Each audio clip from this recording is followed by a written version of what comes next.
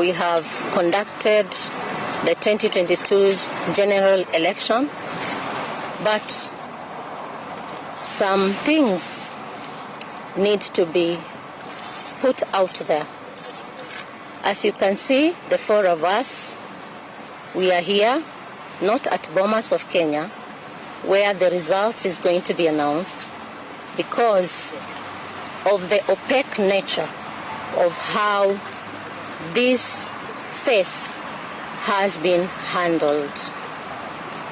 We therefore cannot take ownership on the results that is going to be announced.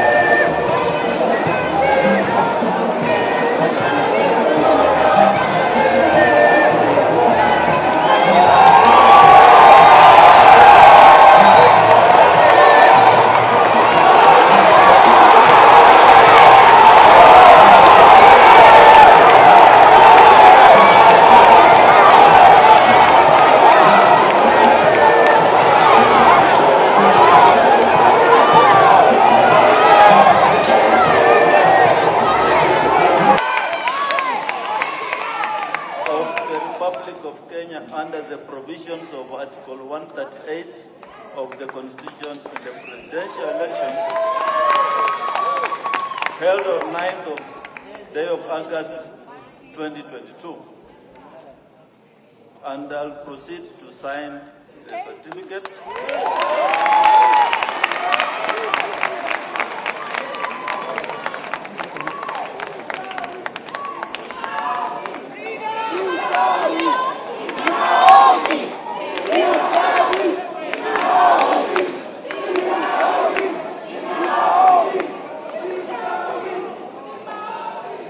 I invite the President-elect to come forward and receive.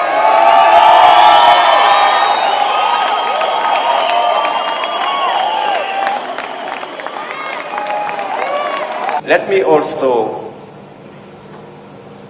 say right at the start that in here and in this election, there are no losers. The people of Kenya have won because we have raised the political bar. I want to say that the people of Kenya, led by the 14 million who stand up to vote, are the biggest winners. Tuishangilie Kenya, taifa letu tukufu, Kenya tunayoipenda. Kenya